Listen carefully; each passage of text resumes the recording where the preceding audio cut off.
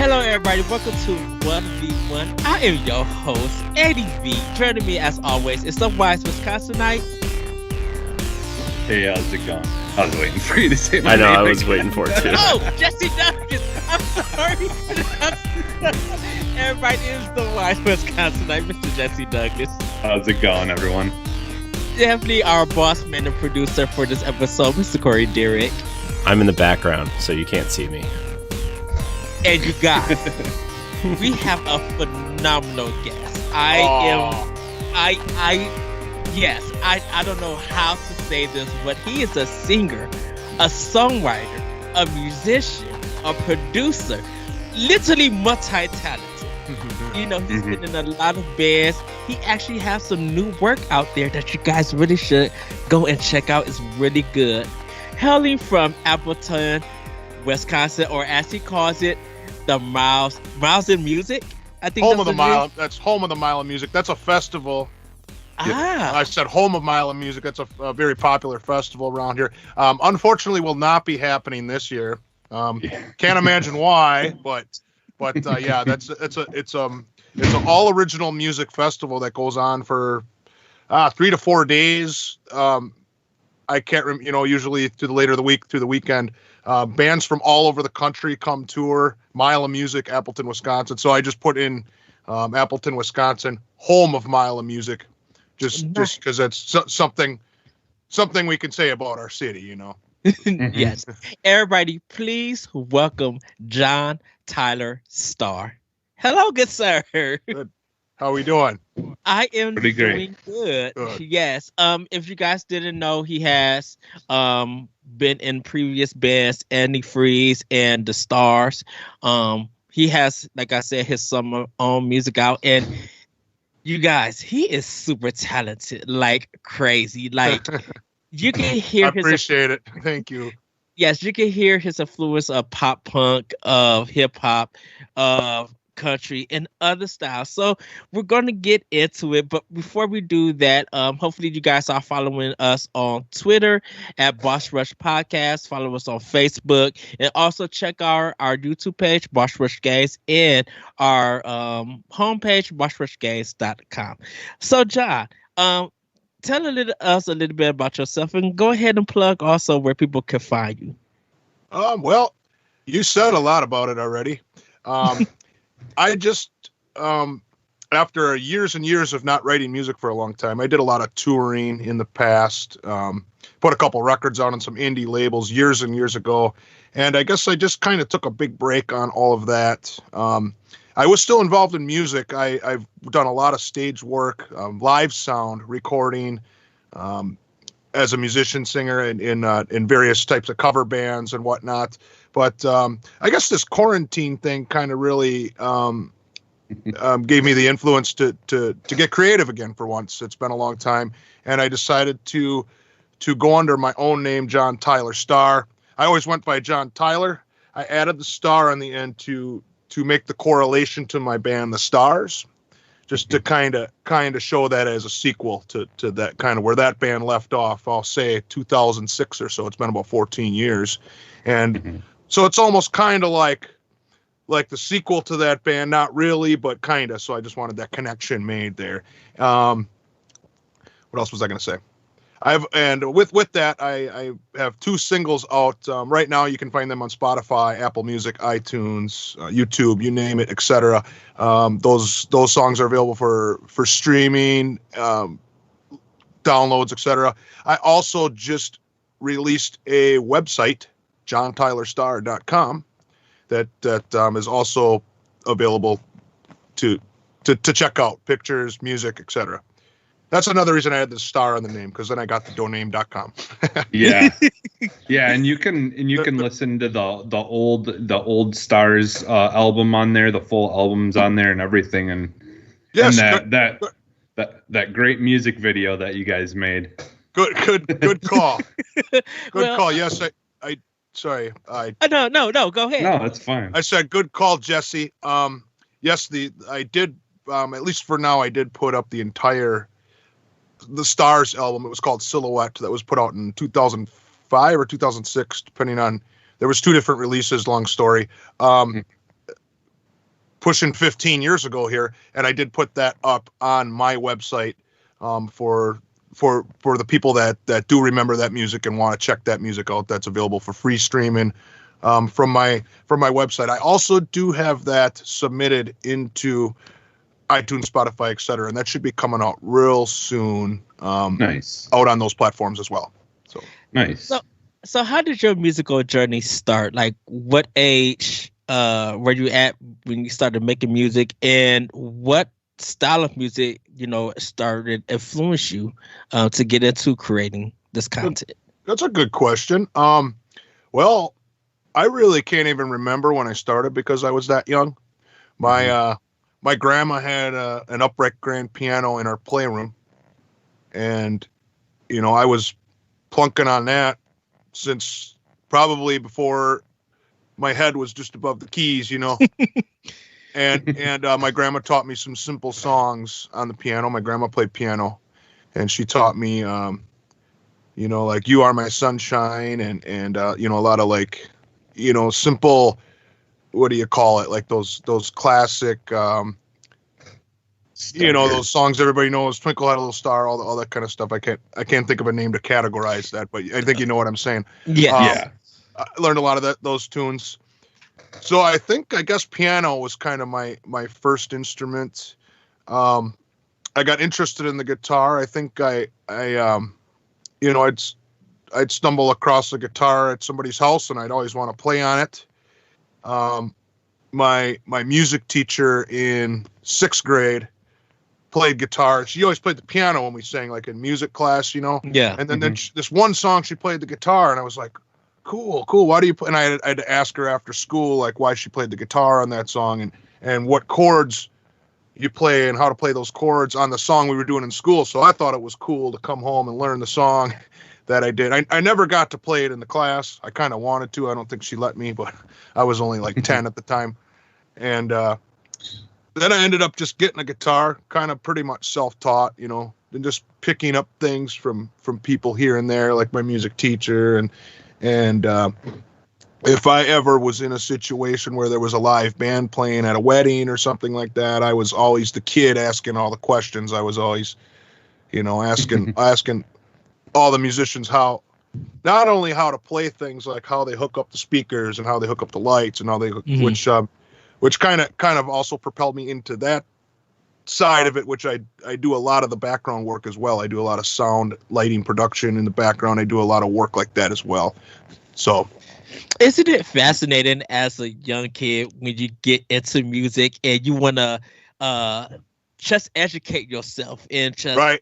Like you want to learn the mixing, you want to learn the piano and stuff like that, and just like engage it. Doesn't it feel fun? Yeah, it's kind of like when you play with your kids' toys again with your kid. Almost, especially when I haven't done it like 10, 15 years, like the writing part of it. It's almost like, man, I remember when this was so fun and so I had no other worries and.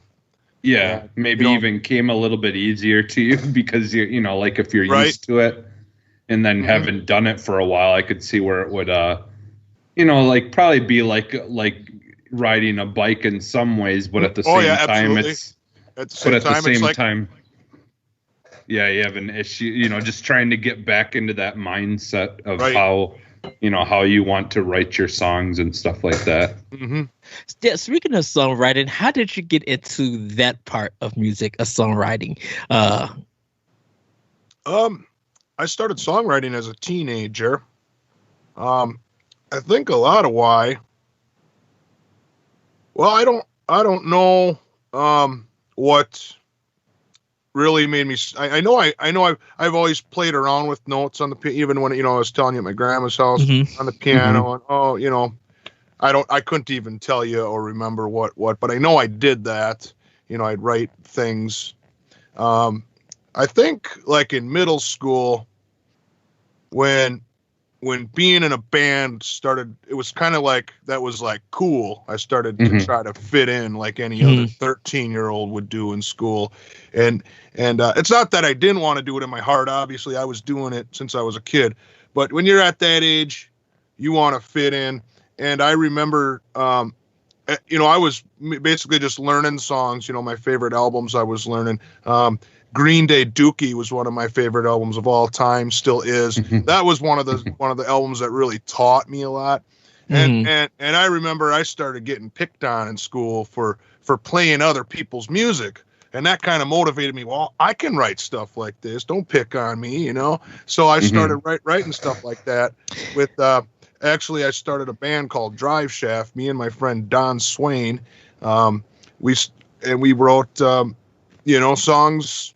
Probably wrote like we did write a whole album. Actually, I had a little cassette tape of it. I should have grabbed that. I don't know if we're taking a break. I can go get my Drive Shaft cassette tape. It's around here somewhere. I just took a picture of it.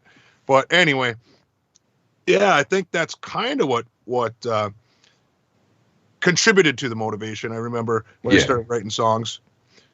Well, because like definitely for me, I love writing songs. Even though I can't play an instrument, it's all for me. The songwriting and the vocal arrangements has always been the thing for me. Like, so you write lyrics and vocal. You're a singer?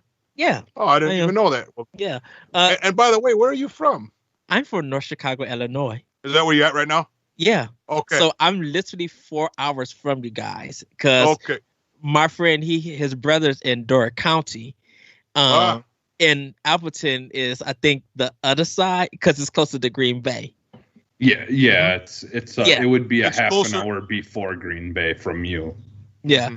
So I'm an hour close to Chicago. All right. Yeah. I picked up on earlier. You were saying that we're from Wisconsin and stuff like that. I was like, wait, so you're not from Wisconsin? I just assumed you were in the area, but no. I do remember when you told me about this a few weeks ago, Jesse, that you said that you're from Chicago. Yeah, and then we kind of met through the internet, through doing podcast stuff. I started listening to them and then joined them. So, and Corey is from Ohio, so we're all over the place. To be honest with you, I'm so new to this. This is my second interview like this ever. Really, I just did one. With I can't even remember the name of the station, and he's my good friend. I feel like. Oh no! I should really give him a plug right here. I will. If we take a break, I will look that up and give my friend Andy a plug on WCCR, CZR, I think it is. I just did Code Zero Radio.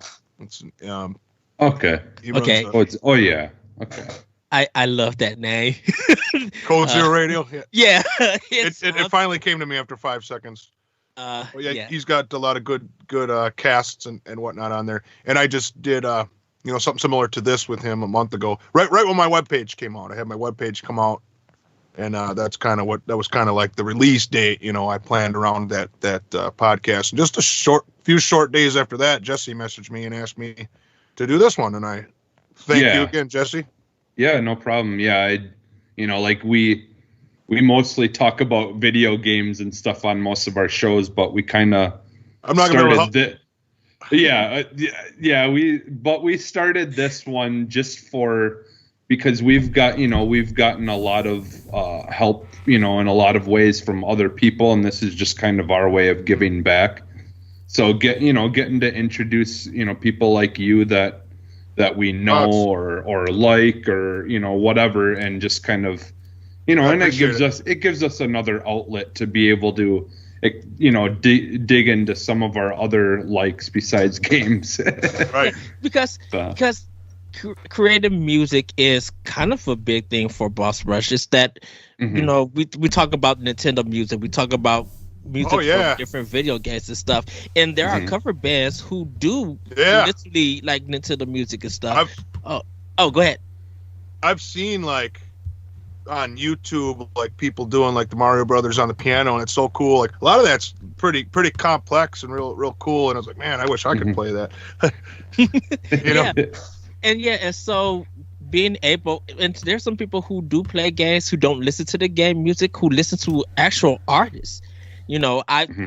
I tell Jesse this, sometimes when I'm playing the game or I feel like I'm writing this stuff, I would throw on a band or I'll throw on the artist and listen to their whole album. And while you're playing? sometimes playing or sometimes writing, just like literally zone in into their music because it transfixes me sometimes to another place, and it really shows that their creativity I'm now really focusing on more than the game itself. Like I can press all the buttons and read the subtitles and do all of that, but I'm just like listen to this artist really say something, really get out their work and what they feel about things and stuff. Their creativity is just like it's so engaging to me. Like, and so that's why like hearing your album The Stars and hearing like just your new work and everything, I'm listening to it, and it sometimes make me feel like there was a time. So you listen to my Stars album while you're playing? Yeah, I told Jesse that I was. Does it ever mess you up? Actually, no, because like some of the ravers like some of the ravers me and Jesse was talking about, and I was just like, I love how he arranged stuff, and I love his vocal technique and everything on some things. Like you know, he could sing it, and sometimes if he feels like he wanna like scream it or growl it, he can. And I try. But you know what? To me, you do it so effortless. Right. And it's like I'm glad it comes off that way. Yeah. But a lot of people don't realize that sometimes when you're playing games, like there's a game called Sonic Heroes, and you would never think of that game having this pop punk soundtrack. But when you listen to it, you just be like, man, this was the time and place where pop punk was big, where it felt new, and regardless of what it is now, it still takes you somewhere. People are still listening to it, still jamming to it. Jesse knows that like some of the screaming rock, I love when the production is good, but sometimes the screaming can mess it up because just like, no, you were singing good. But that's my ear because I'm so used to the singing and the music and stuff. Yeah.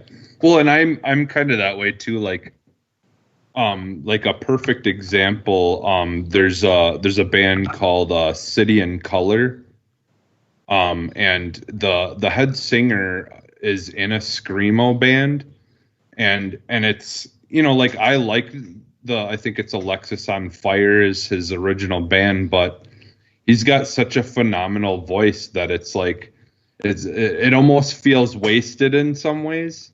You know, like sometimes with certain like screamo bands, if they can do the screaming, which I mean is very difficult to do, you know, from a technical standpoint, but yeah, just, you know, like things. I don't know. I'm more of a sucker for acoustic guitar stuff. Like I just like I'm one of those people that wish every single album that was ever released would have an acoustic version of it as well alongside it. But and I think that's part of why I liked the Stars is like you do, you know, in your stuff you do have electric guitar in it, but you also kind of yeah, which is why I think I was so drawn to it right away, like when I had first heard you guys. A lot of that album, in fact, I could probably go out on a limb and say most to all of that album was written just on an acoustic guitar. You might have even been around. Me and Rick Starr were writing that. Yeah, in the basement. And I know you had done quite a few tours, I think, where it was just you doing it acoustically, hadn't you? Mm-hmm. Yep. Yeah, a few times. So actually, there's a recording of a Star's acoustic show that Derek and myself did. Derek was the drummer of the Stars, but Derek also plays guitar, and we did a couple shows as a duo acoustic where it was acoustic, and he so we've had two guitars going, and he did the backup vocals, and it was a real cool thing. I do have one recording of that's pretty decent, I think. Doesn't it make that like intimate? Like it's a whole different level when you do acoustic shows. Yep, it is. Like as you for a performer and a singer, does it make it easier for you to do that, or did you still get on stage nervous? Be like, I know this is stripped down and I don't got the whole band and stuff. There's yeses and nos to that. The biggest thing that makes it easier is loading equipment in and out. Yeah. You just come in with your guitar. You don't have to bring any amps and drums and anything else, So that makes it much easier. However, there's some things about an acoustic show. Like sometimes what I like to change the key of the song a little bit, and kind of adjust my singing so it's not so high. Like, I mean, sometimes it can be cool, but some of the higher screaming stuff just is a little too excessive when it's just a guitar, when there's not a band behind it. So I like to lower the key a little bit to kind of make the singing range a little lower and just kind of melt better with the guitar. And, which actually makes it easier on the vocals. But if you're used to playing it one way, then you got to play it in a different key, and you're not used to doing it. It's all a matter of if you're used to it, I guess, or not. If I was doing more acoustic shows, it'd probably be easier for me then. But I remember the few shows we did acoustically, we didn't do that many, and it was just out of nowhere. We were used to playing as a rock band, so it was kind of like, oh yeah, what do we do on this song again? Kind of had to stop and think about it for a minute and kind of roll with the changes live. Had you actually improv or like remixed a song while playing it like live? Be like, let me change this to see how it's definitely happened. I'm not so much that guy. I'm more of a planner, I like things done well, and sometimes things like that happen without control. Something and that's when it's fun, when it just happens, and then you just got to kind of roll with it and put a smile on your face and make the best of it. If an instrument breaks or I can't think of anything to talk about. If something goes unplanned at the show, sometimes you got to play off of that, and sometimes that can be cool and fun. I mean, some of the best performances of all time are captured that way with mistakes. Beautiful mistakes that weren't supposed to happen, but maybe meant to happen.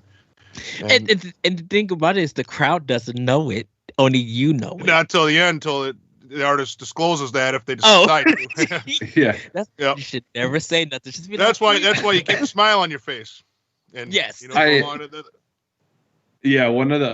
this is kind of I mean, it's still music, but I had went and seen the Book of Mormon at the PAC a while back, and one of the guys forgot his lines and just stood there and everything was quiet, and it was like one of the best parts of the show. Like the whole crowd, everyone laughed and they ate it up, and it was just it was funny. If you're usually people are usually coming there to see you, and if there's always kind of a if you've been doing it for a while, I feel like you can always kind of rely and remind yourself that these people are here for me. If I screw up a little bit, it's it's not going to make that big of a deal, So a lot. Sometimes I'll forget a line or two in one of my songs, especially if it's something we hadn't done in a while. And we just hey, let's just play this song. Second verse will come. Oh, how does it start? And I'll usually just go, I haven't played this song in a while. I'll just start singing my thoughts. I can't remember the words right here, and people usually get a kick out of that type of stuff. So. Just kind of play around with it instead of stopping and then a lot of times when you do that, you relax yourself and it ends up coming to you anyways. The joke's over, it comes back, and then it ended up being a blooper, and it was funny rather than standing there and getting all stiff and that can just stress you up more, and then that comes off a little more tense too. Well, I want to know, how do you handle tours? Like, I've been to some band concerts and stuff, and I always wonder, I'm just like, how do they set everything up? How is how is there a format? You see people did on the stage, they got 10 songs that they're going to do, and sometimes they'll have cover. Like, how do you go about your touring schedule, or how you do? That's a great question. And that's a very universal question too. There's a lot of variations to that, and different levels of tours we were on. There were tours that I set up myself that we didn't know what to expect at these little venues that we didn't know if there was going to be 5 people there or 500 people there. We didn't know what the stage was going to look like. We just rolled up in our van and there's a stage, guys, and it was for the most part we didn't know what was coming on a lot, especially like the more low budget things, the things we set up ourselves. Mm-hmm. Some of the tours that we were on with some bigger names, we did some tours with like Sum 41, the Ataris, Vandals. We did some bigger tours that they had a higher budget with, and we had a professional booking agent. Those shows, we would have snacks and waters and maybe even beers backstage for us, and we would get printed out itineraries on what time we have to be here, what time we got to load in, what time we got to sound check, and we got to follow those times to the watch, or people get upset about it. So there's kind of a lot of in-betweens on that too. Mm-hmm. It was just kind of almost, I guess I could say every day was a different situation. It was always, we had to figure out things from the beginning on how it's going to be here, and kind of stop making assumptions about how things are going to be, because you were never right. You might as well just go into it knowing you're not going to know what's going on. Mm-hmm. Yeah. And if you're not cut out for that, then you're just not, you're probably not cut out doing it. Yeah, if you don't mind, I me bringing up the names of the band that you used to be in and stuff, if people want to even check that out. Yeah, absolutely. You're talking about Antifreeze? Yeah. Yep. So I had been into, much like you, like that, the more poppy punk, and like I've kind of grown into liking some of the more hardcore stuff as well now, but like I had never heard of Antifreeze, but I'd heard of the Vandals and and obviously sure. like Blink-182 and all that. And so like when I had first met you years ago, and either you or someone else had brought it up to me, and so then I had went and checked it out, and like I was just shocked that it was like right around right, that kind of music that I really enjoyed at that time. So like I had gone and listened to that, and and I was talking to Ed earlier that like listening to like all the stuff that you've done over the years, like your new stuff, I really like it because I feel like it mixes a really good like some of your Starr stuff, and which was kind of mm-hmm. influenced by your earlier stuff.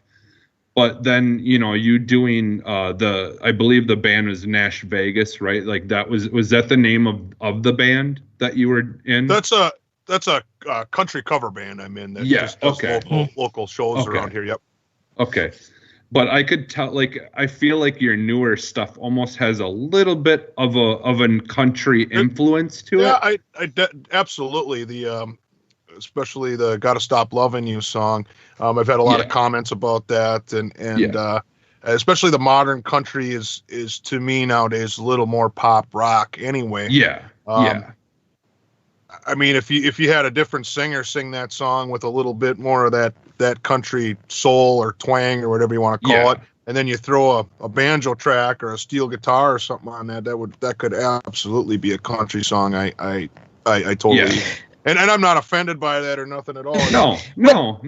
I just was like trying to, because like you hear a lot of times, like and I feel like you're a good example of it. Is musicians, they'll at times they kind of take a little bit of different kinds of bands that they were in, and they kind of mm-hmm. like you can see things progress and kind of evolve over time. And I feel like like your new stuff is a really good evolution of the original Starr's album, and you took a little bit of that like more country feel into it, and it mixed really well. I'm glad you observed that. I don't know if it's even an intentional thing that I did, but is uncreative as a cover band can be. I did spend a lot of years in that band, and I think there's just some natural I played guitar in that band for 6-7 years. There's going to be some natural things that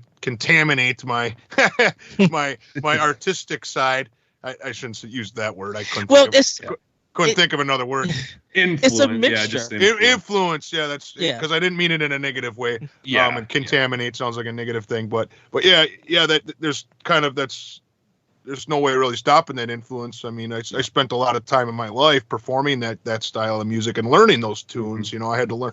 I had to learn that music, and that's going to rub into it a little bit. And yeah, and that's what me and Jesse was talking about. I mentioned to Jesse that when it comes to country music, for me, it's always the songwriting.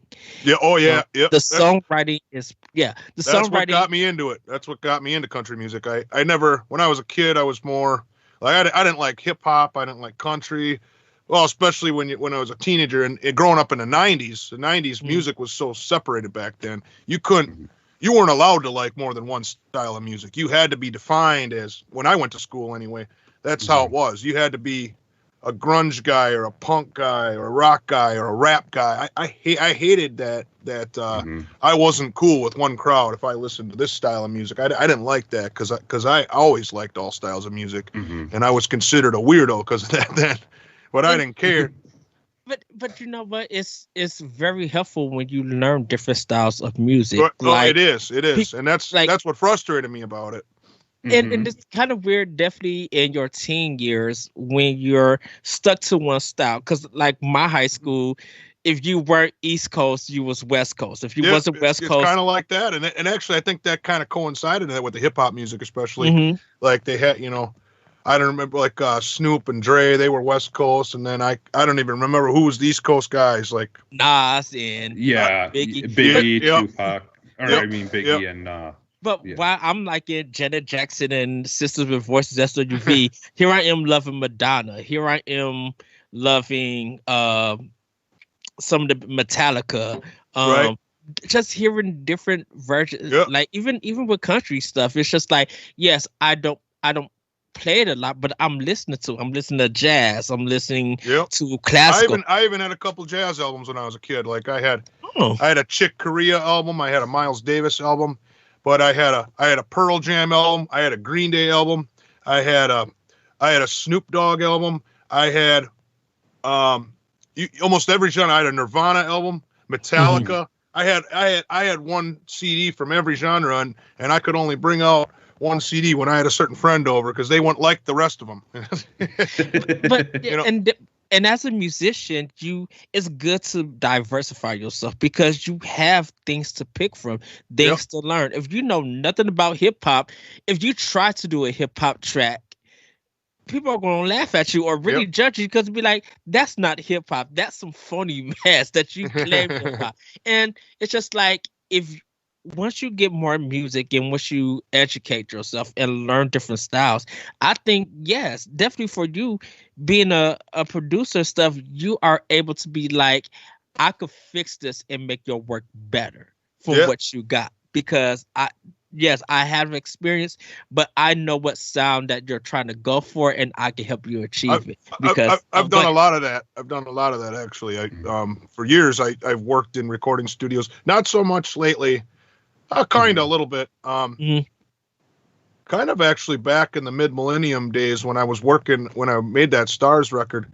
I worked at a studio in Green Bay, and I got a lot of artists I work with, and so a lot of artists were very particular about what they wanted, but a lot of them were very open, and they wanted me to help them on stuff. They're like, hey,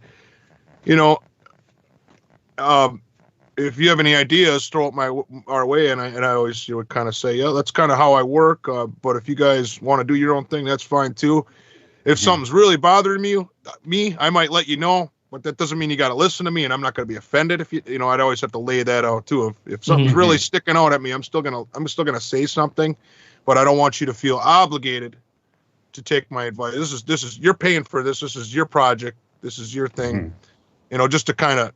I'd always kind of throw that down there, especially if I didn't know the people, just to make them feel comfortable about me saying stuff and not think, a lot of these people, it was their first time coming to a studio too, so they didn't know what to think. And if what's this guy think he is? Telling yeah. So I just wanted to lay it down that I'm just trying to help, and I'm just trying to throw things out there based on my experience and whatnot, and you can just take that or leave it, and I'm not going to be offended either which way. So, yeah, like one of the, I believe when we were hanging out one day, I had brought up that I really liked this band that was also from Appleton called the Number One Fan. Yeah, and I love. Yeah, them. and didn't you actually help produce their album or something like that? Not so much, but that album was done at the studio I worked at, which was called Simple Studios. So I may had put my hand in very lightly on a couple things, but for the most part I didn't. That was the owner of the studio and my co-engineer that worked there as well as me. His name was Justin Perkins. Justin actually kept his career in production going, but he does mastering now. He's out of Milwaukee. I can give a plug right there. He runs the Mystery Room Mastering, and actually he mastered those last 2 tracks I put out, the Gotta Stop Loving You and Side Girl, was mastered at Mystery Room. And that's actually how I found about the Starrs and found out about you, because the Mystery Room. No. Because I told Jesse about Number One Fan. Okay. I bought their album.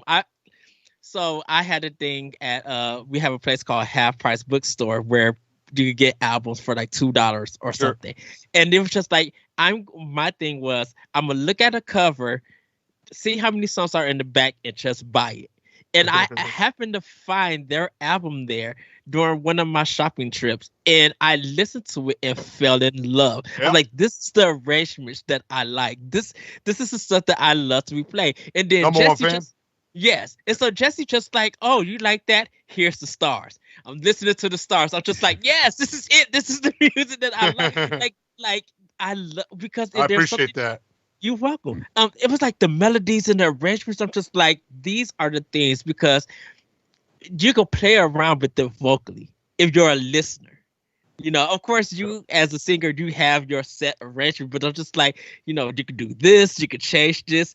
While he's harmonizing, you could harmonize a third and change that. And it was just like, that's right.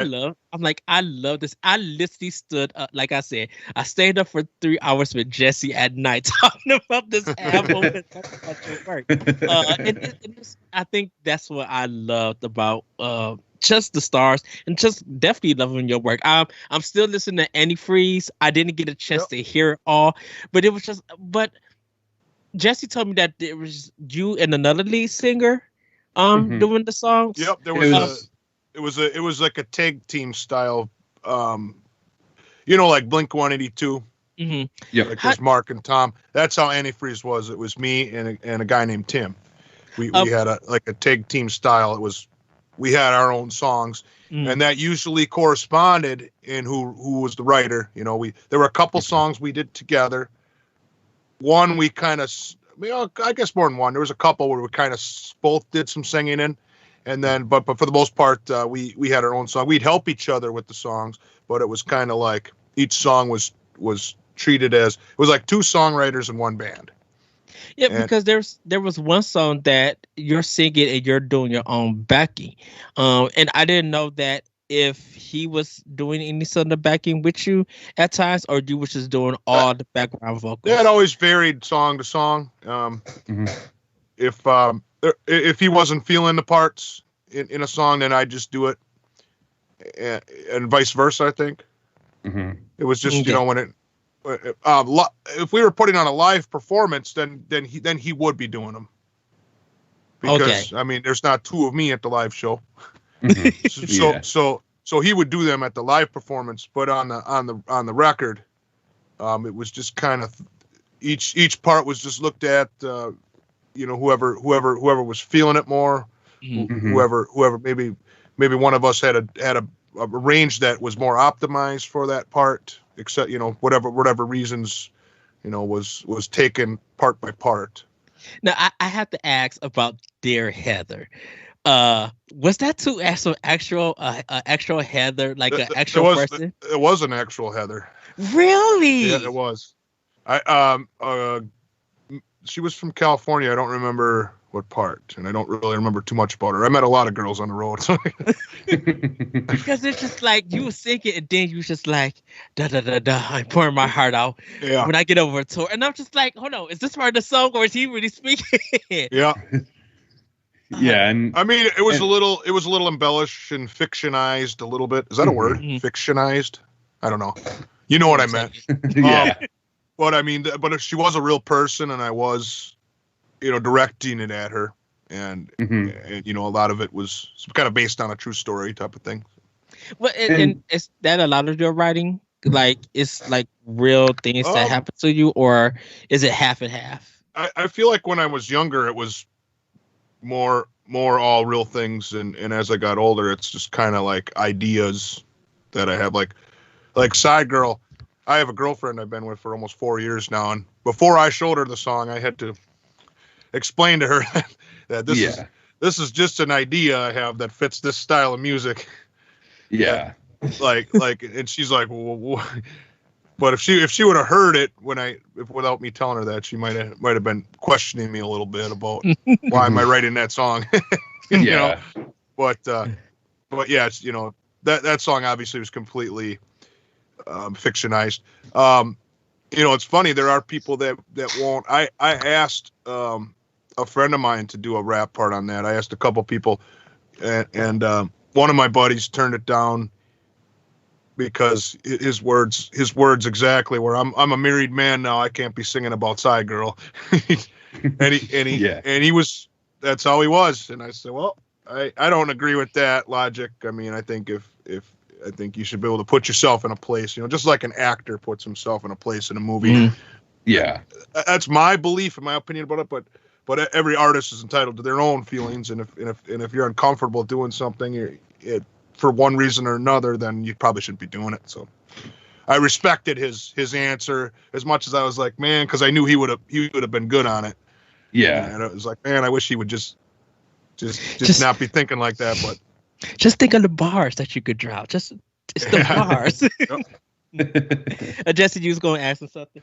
Oh, yeah, I was going to just mention, like, I know, like, you had kind of mentioned a little bit about, like, a bunch of, like, tours and things like that. And like, one of the things that I was kind of, like, surprised to learn about, like, when I sat down with you, there was a couple of times where we kind of talked music or whatever. And you had mentioned that you actually got to tour in Japan. I did. And I seen that you guys also, you had released your albums actually released there as well. Was, yep.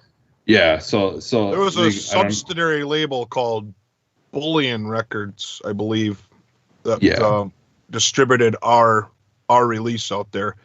And man, we were actually like more known out there than we were here. It was kind of strange. Like, I remember playing there, when they first booked the tour, and we did a couple shows opening up for the Vandals, and then they booked us a couple shows that we were just headlining, and we're like, headlining? We never even been there. Yeah. Like, what do you mean I was like, when we headline a show in America, we're lucky if there's 50 people here. Like what's gonna? And there was a couple, like 200-300 people at our show, and they like actually knew all our words, and they can't even speak English. Yeah. And we're just like, well, how come we can't play at the venue up the road from our house, and nobody knows who we are, and then we go on the other side of the world, and it's kind of cool. It was very very fun. Yeah. Japan is a whole new level. Whole new world.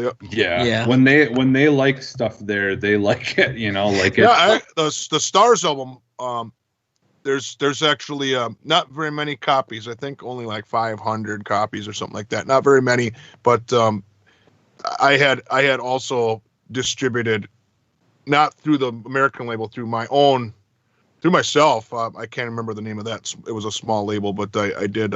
They put out about 500 copies out there too with the Stars. Oh. I never heard with the Stars. Never played out there. Yeah, and I never really heard anything back about that. But I shipped them myself, so I know there is 500 CDs of the Stars out in Japan. So Because there are some songs that sound like an anime theme song without you not even noticing it.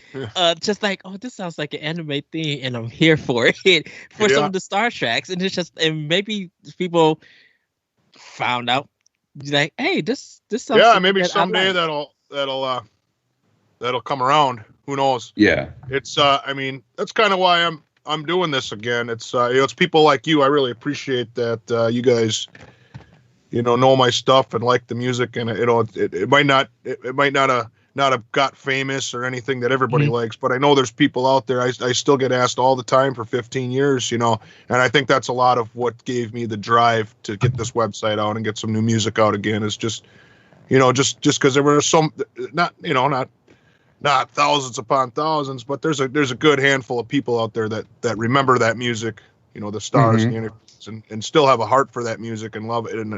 And I guess I'm just kind of trying to do something again, just to kind of get connected with those people again. And so, Have you ever written a song that it was just hard, it was hard to do, like record and put out because maybe it was so emotional to you that you just like, I just can't let no one hear this?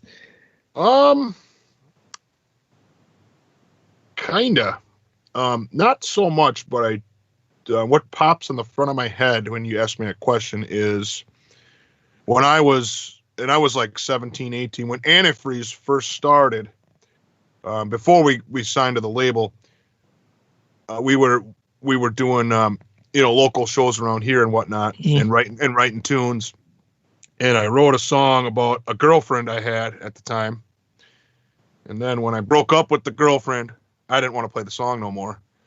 Yeah. The rest of my band they liked the song and it was kind of popular, but I just couldn't do it. And I mean the title of the song was her name, and I didn't want to play it. That's the only normally I'm not like that. I mean, there's still songs I play and write that I did write about a certain girl. I think that's why I stopped putting names in songs. Maybe it was the name. And I think that was talk. Well, we could change the name because it wasn't published yet. Like we were just playing it, like it wasn't even recorded yet.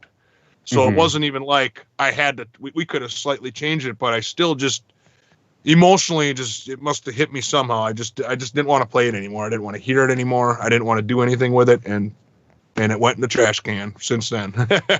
Oh wow! I don't even know if I remember how it goes much anymore. Kinda, but. Corey, do we have any questions in the chat?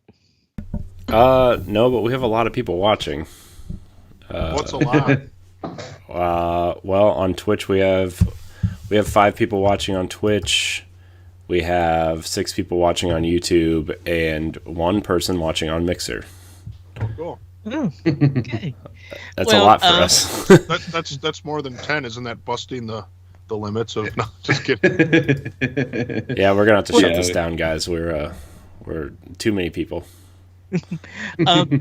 Are in the works of doing an EP or an album, or just like in plan, or just like you said, getting back to it, just write a song? I do have a plan on making an EP, but I kind of have a goal of hopefully by the end of this year.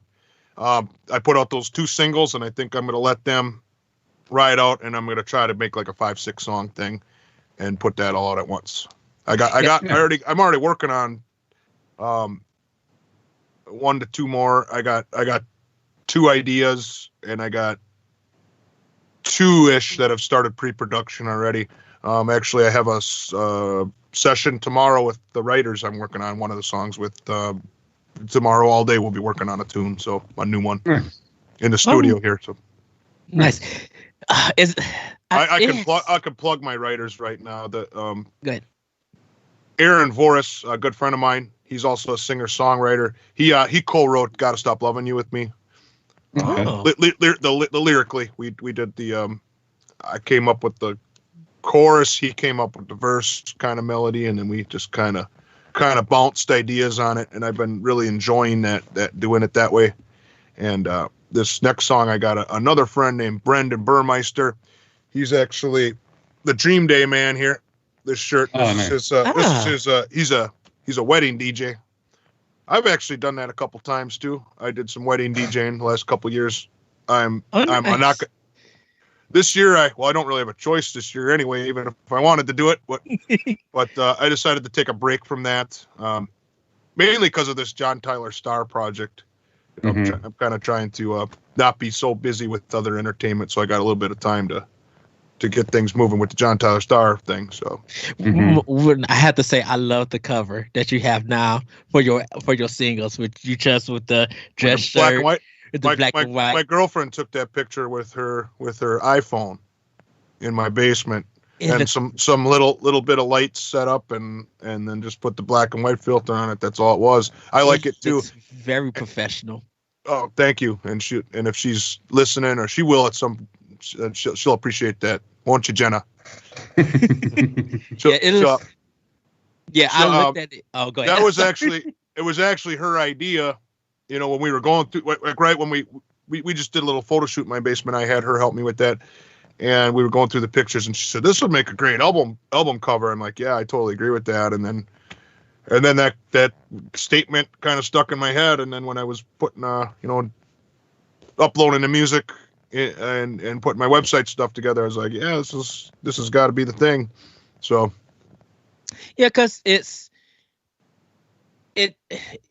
I don't know. It's something about that pops out. I'm glad to hear that. Yeah, monochromatic stuff, when it's really done nice and it tells a story, but I'm just like, it's a work of art. When you say monochromatic, you talking about like black and white, like two color. Black and white, yes. Now that you say that, I think that picture kind of influenced. I don't know if you've seen my website at all, but my website is very black and white. And I did that for two reasons. For one, I kind of just wanted to try it. I can always change it, I always wanted to try it. And for two, I'm kind of new to designing website, and I did that myself. I'm kind of new to that stuff, and I figured I'll keep it simple, and so I don't try to make a big mess out of stuff. And I felt like the black and white is just easy. Like, it's almost like anything looks professional if it's black and white. So I was like, I'm just gonna keep this black and white. So yeah, your website still looks okay. Your website is very clean. I do people to go and check it out. I just used a site builder, and that's it. No, it's kind of my. It took me a while to put it together. Half of the time was me trying to figure out how everything works, and 'cause I'm not been through that. I'm not so good with that. When it comes to audio, that's what I get good at, audio and music. And once you start getting into picture and video, I get a little slow. I know a thing or two, but it takes me a while to figure out how to get things working. And Corey, you was going to chime in? Oh yeah, I was just saying I know all about building websites from scratch. Well, maybe we'll talk after this, huh? We no, we just redid our whole website, and it took me. How long do you think I spent? It looks nice. Oh, thanks. It took you a week. I will actually keep you in mind, because I actually now that you say that, I remember when I was talking to Jesse a week ago, when you gave me the link, Jesse, I clicked on, man, this website looks nice. Yeah, Corey's put a lot of hard work into that, and yeah, he does an amazing job. And in the past, my brain never really noticed the quality of websites until 2 months ago when I had to spend some time putting my own. Now it's just kind of like now I kind of noticed that when I go to But honestly, like Ed said, like I do like your website. It's very, very simplistic. There's a lot more I can do with it. Easier, right? There's more you can do to it. You can do all the cool, when you change pages and it crossfades. There's all that stuff in there. But I just wanted to get something that was plain and simple out. And I was like, and not get stressed out over it. That was my other whole thing into going to this whole project, whether it's website design, writing, performing, practicing, no matter what it is. I'm not in any agenda on this, and I'm keeping it that way on purpose to just keep that stress level down. Once that stress level comes up, it's just and you got deadlines and stuff, then it's hard to stay in the groove with it, for me anyways. Yeah. Have you ever like woken up from a dream? It's just like I gotta write this because like a lyric or a verse came to your mind. You read my mind, don't you?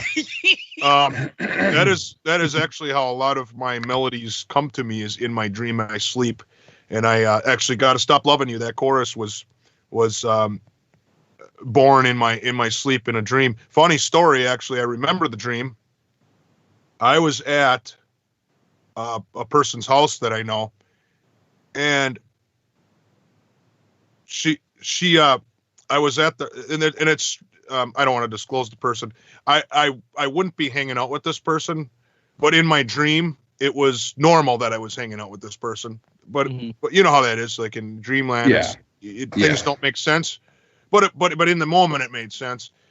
And she pops in a CD in her living room entertainment system and said, "Hey John, you still do recording, right?" And I'm like, "Yeah." "Well, you should hear my neighbor's demo. My neighbor, she's a 17-year-old girl, and she's putting out this demo." This is all going on in my dream, and the demo was that song.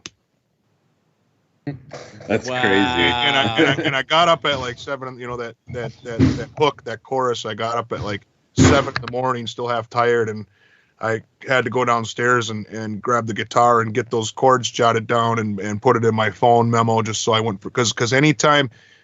And I'll tell you something. In the last 10, 15 years, I've probably had that happen, probably almost 100 times, and I probably could have written 100 songs if I would have got up and done something about it. But I wasn't writing at the time, and I didn't care, so I just went right back to sleep. And I remembered when I got back up that I thought of a song, but the song was gone. So, so I got to get up and document it. There was a couple Starr songs I wrote that way too. Actually, Never Satisfied. I remember getting up at 5 in the morning. And I heard that beat and that little guitar ringing thing in my head. That's track 2 on the album. I remember having to get up at 5 in the morning. And actually, I was ambitious enough then when I was younger. I don't think I went back to sleep. I think I was up at 5 in the morning, and I was already recording and starting the recording process on that. So, yeah, I literally had to grab my phone sometimes, run downstairs, and go outside and just sing it to the phone. Oh, yeah, because you don't want to disturb you get outside, so you. Yes, it did come back and hear it and be like, okay, I got my vocal arrangement. I remember a little bit of where, okay, now these are the words and stuff. It's the weirdest thing. Sounds like we might have to try a collab someday. We might have to. But because we know that you have a show tonight. Would you like to promote that? Do you have that? Still have the show tonight, or did that end up getting? I don't. Okay. I don't even remember which show. Oh, okay. Talking about if I did, it had gotten canceled. At least I hope so. Yeah. Anybody out there, let me know if they're expecting me to play anywhere tonight. Well, where would you remember? No, I don't remember. I think it was like one of those things where it was a possibility, but I wasn't sure. There's been a lot of those. I was, yeah. A lot of those. Yeah, because I know like things had changed a little bit here. So, a lot of places obviously still opened back up. So I wasn't sure, but yeah, I should have got that across that I don't know for a fact, but because it was something that was possible, I guess. But yeah. Well, yeah. How has your quarantine time been before everything opened up? If it wasn't for the quarantine time, I don't think those 2 songs, my 2 new ones, would have happened. I really think so. I guess there's a lot of negativity that's happened with this virus, this world events, but I guess I always try to look at the positive, and for me personally, that was one positive outcome that came to me, and I guess I was fortunate enough to have that work out and happen. I'm a pretty busy guy when it comes to music with the cover band productions and playing and stuff, and pretty much every weekend I got something going on, both days, sometimes even on a Thursday night too, and that kind of burns me out on playing and writing and stuff. So it's even if I physically have time to do that, it's just kind of the getting out the guitar is just a little more, when I played it for 4 hours straight, 2 days in a row all weekend, it's just kind of want to take a break from it.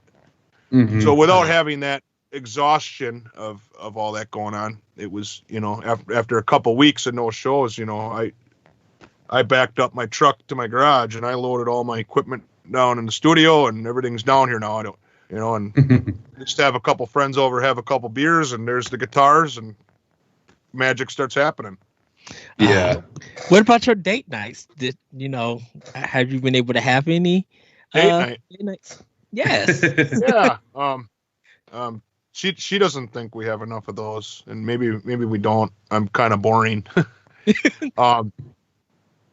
We did have a dinner last night with my parents, so I don't know if that's considered a date night, but it feels like it was a way to get away from music and create and just be like, I'm with my baby, I'm with my fam. Yep. We try to. It hasn't been the restaurants have been closed, but before restaurants being closed, me and Jenna kind of try to do a Friday night mm-hmm. fish fry thing. It's kind of been a thing of last year. If I didn't have a show, or sometimes my shows on Friday, I don't have to be there till late, so we can still catch an early 5:00 dinner or something. Mm-hmm. And that was kind of our thing. Now the restaurants are closed, so that hasn't been so much of a thing. I've been doing the cooking at home on Fridays. What have you been making? Like on Fridays, fish. I'm a big fish fan. I'm one Wisconsin thing I'm a fish fry guy. Yeah, so. Midwest, like the fish fry on Fridays. Yes, that is true. I call it fish fry, but ironically, I actually prefer the baked haddock or the baked cod. It's healthier, and I actually, if I had to choose, I do like the fried fish once in a while. Mm-hmm. Yeah, to change it up. But if I had to choose, even when I was a kid, I always liked the baked haddock that you dip in the butter. That's what I've always liked. I prefer that, especially when it's got too much breading. When I was a kid, I'd always peel it off, and my mom would laugh like that's the best part. And I'm like, no, the fish is the best part. Yeah, a lot of us in Illinois we do boneless catfish.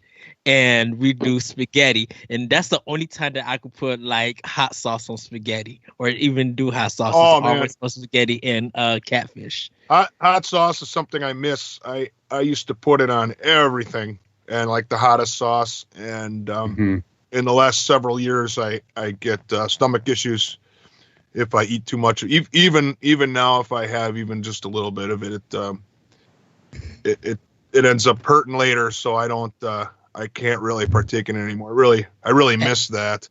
Yeah, I know. Fingers crossed. Fingers crossed that never happens to me. One of those, I love it too much. It's either one of those old age things, or it could be that I was really nuts with that stuff. I mean, I would get one of those industrial Tabasco sauce, the big one.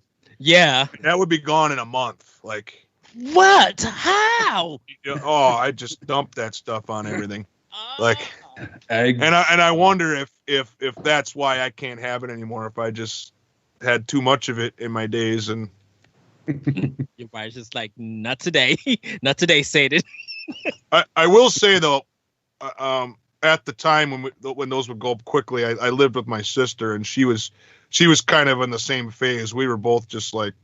I couldn't make a meal without that Tabasco sauce being out there. It's addicting. Yeah. It really is.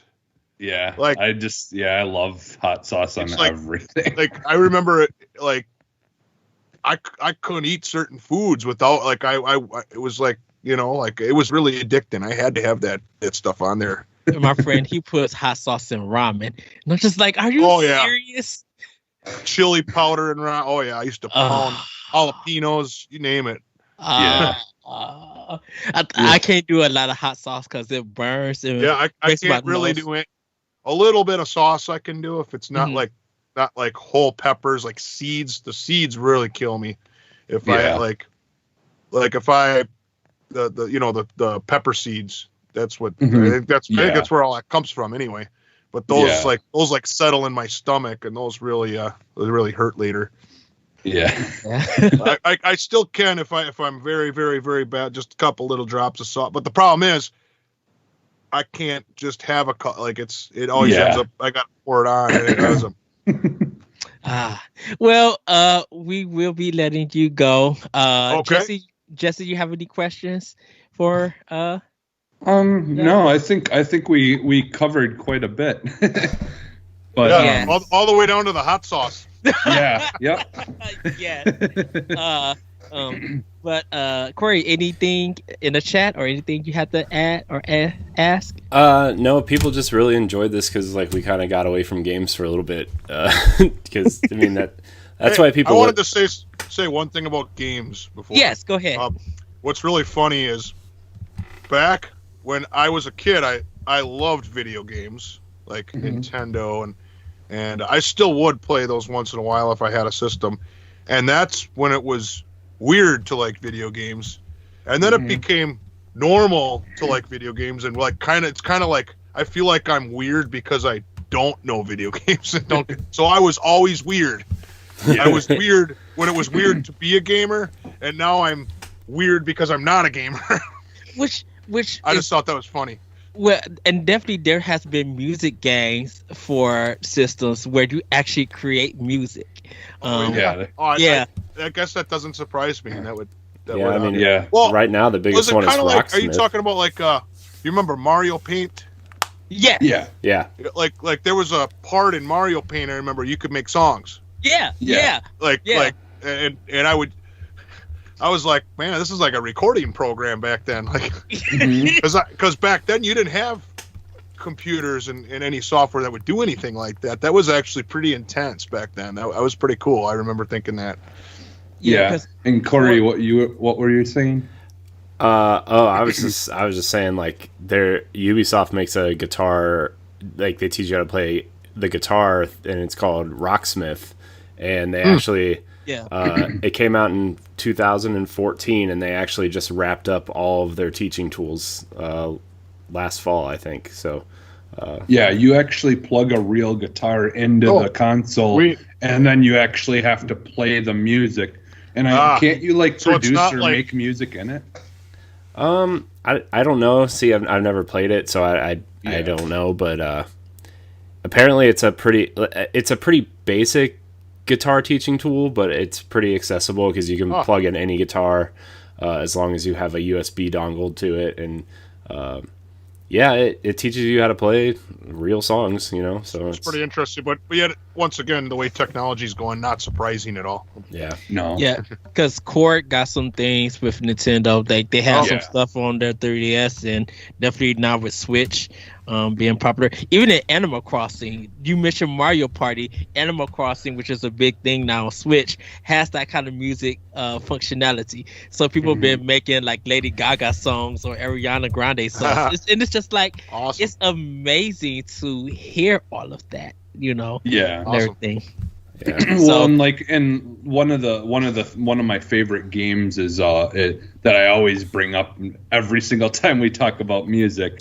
There's a game called Rhyme, and now what's amazing is a lot of soundtracks for games you can actually listen to on Spotify and stuff, and the soundtrack for Rhyme, the game itself, you're playing, but there is no narrative, there's no voice, there's no nothing, and Dave who did the all the music for that game, it's the music in a lot of games that actually makes the story get told, and you feel how the story's being told.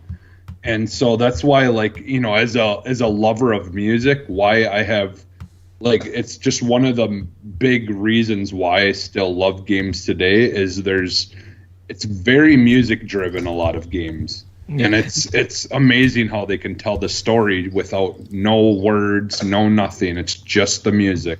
that's really following you along. So yeah, that's why everybody wanted that Tony Hawk remaster 1 and 2. They wanted that soundtrack to be like this game. I remember that Tony Hawk. I remember that back in the day. Yeah, it's coming. It's coming back, and they already. Corey mentioned that they already have the Spotify. Yeah, it was so important. That soundtrack to that game was so important because of that soundtrack. You know, I got so many people into new types of music, and you just like every time you hear a song, like every time I hear one of the songs from the Tony Hawk soundtrack, it's like I remember like trying to grind this rail down the mall or whatever. You know, like it just. But it was so important, and I think they nailed it pretty much. There's some songs missing, but they got the core music in there though. So I just remember people were like, "No Goldfinger, no sale." Was a hashtag going around. Yeah. All right. Well, everybody, that is going to do it for 1v1. Once again, John, go ahead and plug again. Thank you. Check me out. Check my new music out. JohnTylerStarr.com. That's JohnTylerStarr.com. Yes. And you can check my new music out on Spotify, Apple Music, your favorite platform, TikTok, you name it. It's out there. Should be. Yes. Nice. Jesse, where can we find you? You can find me almost everywhere as Phantom NXS, including now TikTok. I started getting into not for consumption, more for production. I just had all these videos and just little things that I took with my phone, and I'm like, you know what? I wonder if I could do something funny with this. And you know, like I don't know. I did something where it was like my recording of one of the robots that talks in the beginning of when you're going through the Star Wars ride at Disney World. I had recorded that, and then I made it look like he was telling a joke, like because there was just things like that, just weird things with my kids, a lot of animal stuff on there of just animals like with funny things over them or whatever. So, but yeah, so all right, well, I'm gonna let y'all go because I gotta use the restroom. That was a long interview, but it was really fun. Yeah, so I really appreciate you guys. Yeah, and I'll definitely keep in contact with you because like once shows or anything's going on, like I said, I'd love to go, talk with Geoff and stuff again. Yep. And sounds great. It just do it between doing this every weekend, like we're busting our butts to constantly get stuff out, and kids, I don't go to movies anymore. I don't do any of that stuff. So. Well, make it happen one of these days. Yeah. You can find Corey at I am Corey in HD, or yes, and you can find me at that retro code. Everybody, once again, thank you for watching 1v1. Thank you, John, for coming to the show. Thank you. Thank you for having me. I had a lot of fun. Yes, we will see you next time on 1v1. Bye, everybody. Goodbye.